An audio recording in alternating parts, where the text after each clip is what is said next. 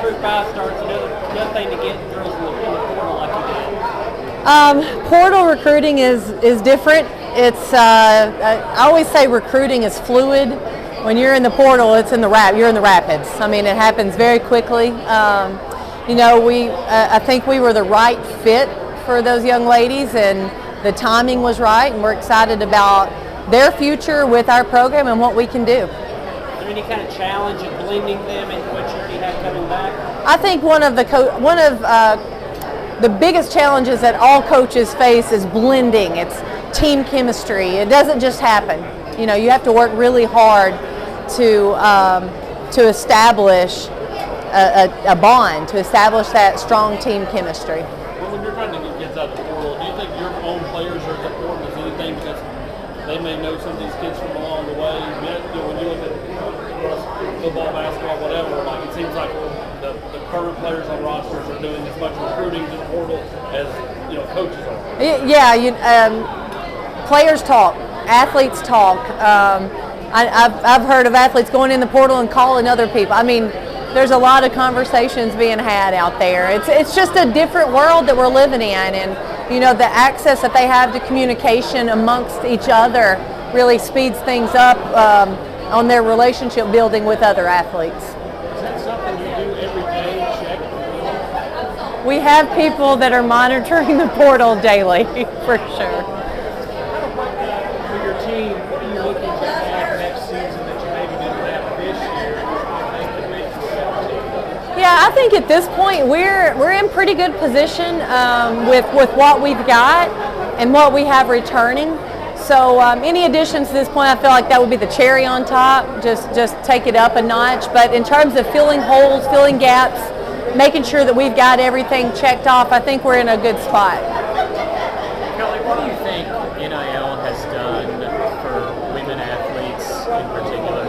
Yeah, I think what you've seen, a lot of female athletes have a social media presence.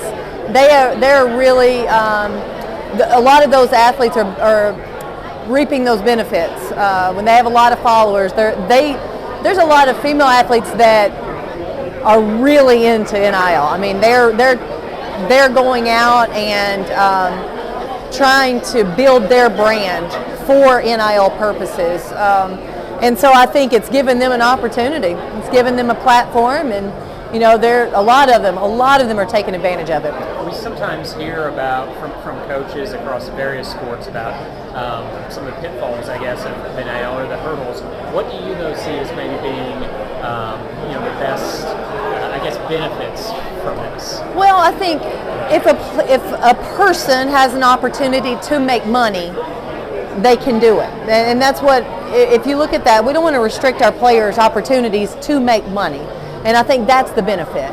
Obviously, there are so many hurdles, and there are so many things that I don't even know about yet, and there's challenges with those things. But I think the intent is the opportunity for them, and I do think that's the biggest positive. How big is it for you when you go recruiting kids, or how much are you seeing that from the standpoint of, hey, we've got 3 players with deals, we've got 6 players with deals, like, using that to your advantage when, talking to prospects? Yeah, so when we are talking to prospects, 90% of them are going to ask about NIL opportunities. They just want to know what the landscape is. I can't facilitate those things, but obviously what we try to share with our potential prospective student athletes, the opportunity is there when you put on a Lady Vol jersey. The brand is well known. It's a big deal, not only in our state and our community, but nationwide. And I think that gives us an advantage. There's all different personalities of these coaches. Rick Barnes and Tony Vitello are the same personality. You and Josh are. How is success coming with different personalities in each program? I think you've got to be yourself. If you start trying to be someone else, it's not authentic, it's not genuine. You've got to be the best version of you. There's so many ways to do this.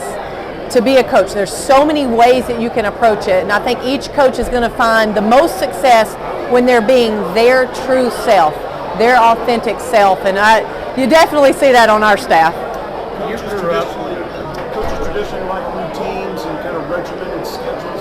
How do events like this events and the other stops you make fit into what you're doing, and are they important? Oh, I think these events are critical. I think it's important that, our fans can reach out and touch us. I think, we need to be in the communities in Tennessee. I think that's important because this is Tennessee. This is why Tennessee is special. Now, I will say this, April has turned into the transfer portal recruiting month, so it has made it a little bit more difficult with our scheduling, but it is a priority. And I know I enjoy coming out and meeting our fans. With Wi-Fi on the bus, I suppose. Or we fly when we need to. You grew up around Tennessee. I mean, you're from here. Josh, have you given him any advice about interacting with Vols fans, or communicating, talking with Tennessee fans? I was just telling them that I spent 6 years in the state of Missouri, and I came back, and my accent is much stronger now. It's much thicker now. I sound much more like a White County native than I did a few years ago. So I told them I've got this. These are my people. If I need to translate and talk to them a bit, I can do that for them. Thank you, Coach. Appreciate it. Yep. You're welcome.